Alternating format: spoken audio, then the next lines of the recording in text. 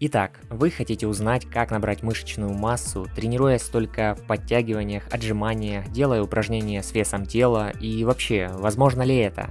Да, если соблюдать некоторые условия. Я, например, набирал из своей худшей формы в начале занятий с 64 кг до 76, и это пришло скорее как бонус за долгое время, тренируя базу на турнике и брусьях, иногда вешая на пояс гири. В зале с железом не тренировался на регулярной основе. И я сознательно раньше почти не уделял время ногам, и набор был медленным. Цели были другие – функциональность, выносливость, силовые элементы.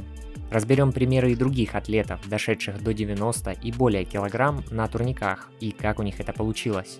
Также составим план тренировок и принципы, на которые стоит ориентироваться. В конце полезный бонус. А это Владарович. Атлет спит в каждом из нас, и я его разбужу. Приступим.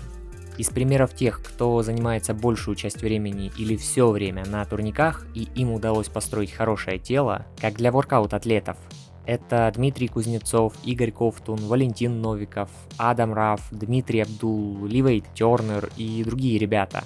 Прежде чем разобрать, как нарастить мышцы без тренажерного зала, давайте в целом поймем, за счет чего мышцы развиваются. Один из главных факторов роста мышц – это прогрессия нагрузки. Подтянуться или отжаться в более сложной вариации, нарастить вес дополнительного отягощения или повысить объем тренировки. Мышцы не понимают, откуда получают нагрузку, занимаетесь ли вы в тренажерном зале или на турниках. Главное – это факт получения нагрузки и прогрессии. Мышцы сокращаются и растягиваются, растут и восстанавливаются во время достаточного отдыха. Есть мнение, якобы в тренировках на гипертрофию нам нужно задействовать только быстрые мышечные волокна, то есть там, где мало повторений и мышцы испытывают большую нагрузку за короткое время.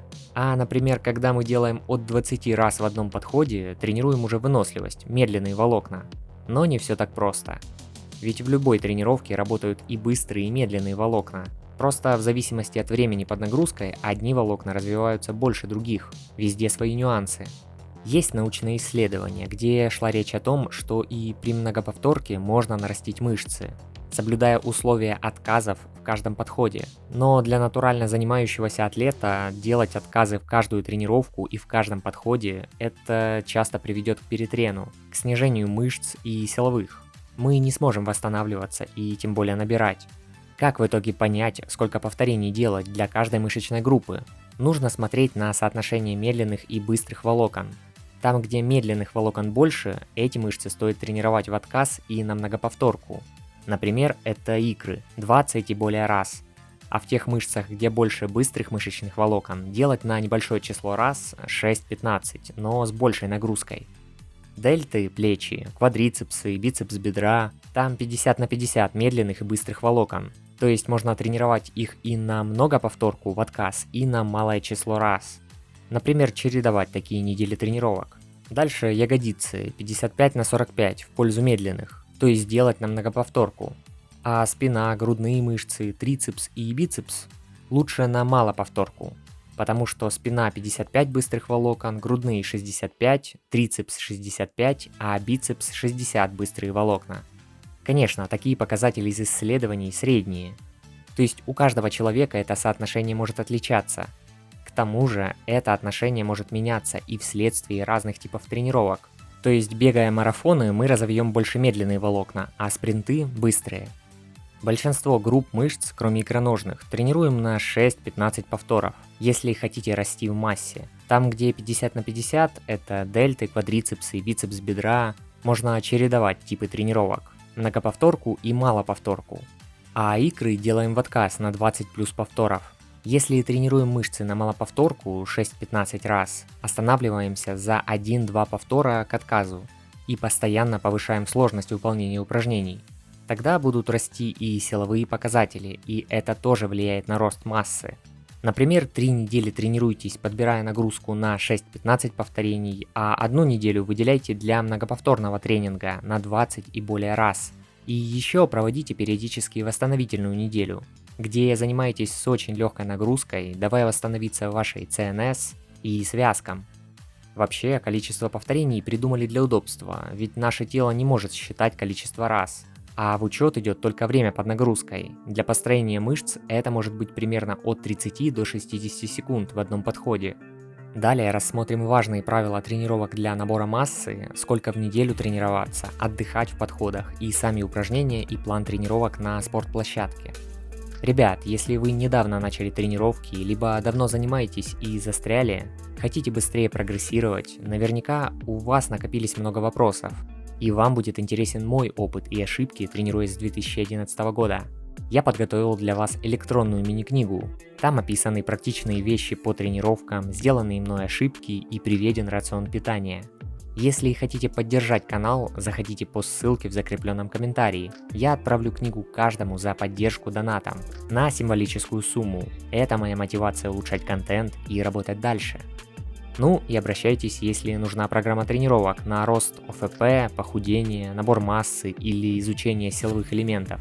А если кто-то из вас хочет развить себя как автор на YouTube, но не понимаете, откуда взять первых подписчиков и почему вас не смотрят, то обращайтесь ко мне за помощью в развитии канала. Тем самым я сэкономлю вам месяцы потраченного времени на ошибки. Напишите мне, контакты в описании. Двигаемся дальше к сюжету. Сколько же отдыхать между подходами? Время отдыха должно зависеть и от уровня вашей подготовки, и от упражнений, от группы мышц. Например, когда мы делаем подтягивания широким хватом с дополнительным весом на 6-15 повторений, нам нужно больше отдохнуть и восстановиться, чтобы выполнить объем работы в хорошей технике в других подходах. Короткий отдых до 1-2 минут лучше применять для отдельных мышц, которые у вас быстро восстанавливаются, или иногда делать его под конец тренировки, чтобы повысить стресс. Основная часть тренировки на гипертрофию может быть с отдыхом около 3-3,5 минут для сложных многосуставных упражнений. Чем тяжелее упражнение и меньше повторов, тем больше отдыха нужно. А для изолирующих упражнений, типа отжимания от скамьи, когда руки сзади, тут можно отдыхать меньше, так как вы устанете меньше. Количество тренировок на мышечную группу не стоит ограничивать одной неделей, не бойтесь выйти за 7 дней. Если надо, распределяйте на 8-10 дней, продумывая свой план. После нескольких месяцев занятий вы сможете понимать, какие мышцы у вас восстанавливаются быстрее, а каким нужно 6-8 дней отдыха. Каждый из нас индивидуален, и основной показатель, как часто тренироваться, это прогресс. По количеству подходов наращивайте объем, то есть количество нагрузки и подходов за тренировочный цикл за 7-10 дней. Можете начать с 8-10 в одном упражнении и доходить до 15-20 подходов в неделю, постепенно. Но и тут все зависит от упражнений и как вы переносите нагрузку. Частота. Занимаясь на спортплощадке, в основном с весом тела мы восстанавливаемся быстрее, чем в зале. Если вы несколько тренировок подтягиваний подряд не можете прогрессировать, то скорее или большая нагрузка, или недостаточно отдыха. Это не значит, что на каждой тренировке вы должны все делать лучше и лучше, но прогрессия должна прослеживаться. Многие проблемы тренировочного застоя решаются увеличением отдыха между тренировками, а в росте мышц это особо важно, так как вы, кроме отсутствия роста силовых, можете еще и сливать набранный вес. Часто за погоней к быстрым результатам можно перетренироваться.